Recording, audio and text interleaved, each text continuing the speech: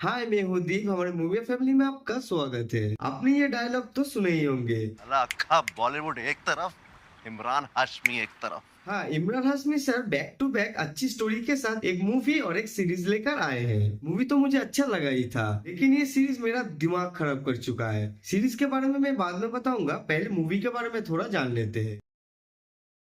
ये मूवी एक court room drama और सोशल इश्यूज के ऊपर बनाया गया है। ये मूवी एक रियल स्टोरी के ऊपर बेस्ड है। इस मूवी में इमरान हाशमी एक वकील का कैरेक्टर प्ले कर रहे हैं। मूवी में उनका नाम है अब्बास खान। उनकी शादी यम्मी से होता है। मूवी में उनका नाम है सजिया बानो। वो दोनों एक दूसरे से बहुत प्यार करते थे, ऐसा सजिया बानो को लगा था, क्योंकि अब्बास उनके ऊपर ऐसे ही प्यार जताते थे मानो वो उनके अलावा रह ही नहीं सकते। एक दिन सजिया उनके घर के बाहर एक गुलाब का बगीचा बनाने के लिए एक मजदूर को लेके आते हैं, लेकिन उस गुलाब के बगीचे में ठीक से धूप नहीं आने के कारण उस मजदूर को सजिया बोलती है वो दीवार थोड़ा सा तोड़ने के लिए। लेकिन ये देखने के बाद उनके पड़ोसी सजिया के ऊपर बहुत चिल्लाता है और उनके पड़ोसी पुलिस बुलाने की धमकी भी देता है। ये बात सजिया जब अब्बास को बताते हैं तो अब्बास ये बात सुनने के बाद बगीचे के लिए जितना जगह उनको चाहिए वो जगह उनके ही नाम कर देते हैं। और साथ में अब्बास ये बोलते हैं नेक्स्ट टाइम जब उनके पड़ोसी उन्हें पुलिस बुलाने की धमकी तो सजिया उन्हें ना फोन करे, वो सीधा पुलिस को कॉल करके पुलिस ही घर पे बुला ले। सजिया को उन्हें बताने की या उनसे परमिशन लेने की कोई जरूरत नहीं है। एक छोटी सी बात के लिए वो उतना जमीन उनके नाम ही कर देते हैं। ये देखने के बाद तो कोई भी इंसान को लगेगा कि वो उनसे कितना प्यार करते हैं। ऐसे उन दोनों की जिंदगी बहुत प्यार से कट रहा था। फिर उन दोनों की जिंदगी में दो बच्चे भी आते हैं और कुछ साल बाद उन दोनों की जिंदगी में तीसरा बच्चा आने वाला होता है। तभी अब्बास को कुछ काम के सिलसिले में उनके घर से दूर जाना पड़ता है। अब्बास सजिया को बोलते हैं कि वो 3 दिन में लौट आएंगे,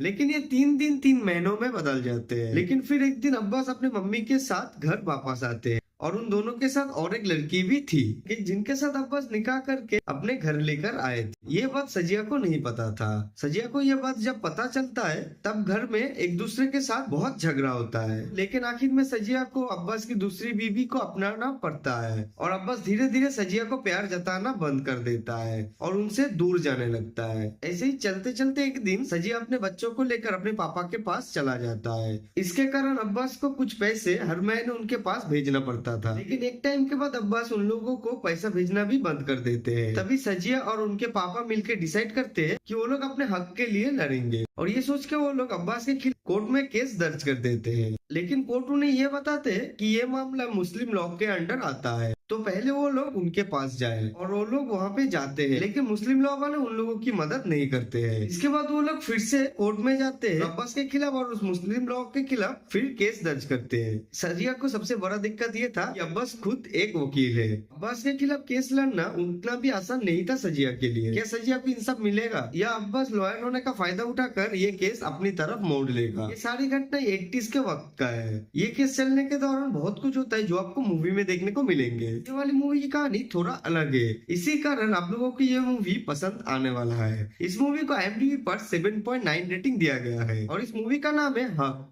चलिए अब सीरीज के बारे में जान लेते हैं। ये सीरीज देखने के बाद आप जब भी कभी एयरपोर्ट में जाएंगे तभी आपको ये सीरीज याद आने वाला है, क्योंकि ये सीरीज की कहानी एयरपोर्ट में जो कस्टम ऑफिसर्स रहते हैं उनके बारे में है। सीरीज में इमरान हाशमी एक बहुत ही ईमानदार कस्टम ऑफिसर का रोल प्ले कर रहे हैं। सीरीज में उनका नाम है अर्जुन। सीरीज की शुरुआत होता है मुंबई एयरपोर्ट से। बहुत सालों से इस एयरपोर्ट के जरिए बहुत महंगी चीज जैसे गोल्ड या महंगी वॉच ये सब बिना टैक्स दिए चोरी छिपे बाहर के देशों से इंडिया में लाया जाता था, जो बात उस एयरपोर्ट के कुछ कस्टम ऑफिसर को भी नहीं पता था और कुछ ऑफिसर को वो लोग पहले से ही खरीद के रखे थे, जिनके जरिए ये सब चीज लेके आना बहुत ही आसान हो जाता था उन लोगों के लिए। ये स्मगलिंग इन दिनों बहुत होने लगा था। इन सब के पीछे बहुत बड़े बड़े बिजनेसमैन शामिल था और ये बिजनेसमैन दूसरे देश में बैठ के ये सब मैनेज कर रहे थे। एक दिन उस एयरपोर्ट पर एक ईमानदार ऑफिसर का ट्रांसफर होता है और उनको ये स्मगलिंग रोकने का जिम्मेदारी दिया जाता है और वो ऑफिसर के नीचे काम करेंगे अर्जुन। अर्जुन अपना टीम बनाकर इस काम में लग जाता है, लेकिन ये स्मगलिंग को रोकना उतना आसान नहीं होने वाला था, क्योंकि इसके पीछे बहुत बड़े बड़े बिजनेसमैन तो थे ही, इसके अलावा इस देश के बहुत बड़े बड़े पावरफुल पॉलिटिशियन भी इसमें शामिल थे।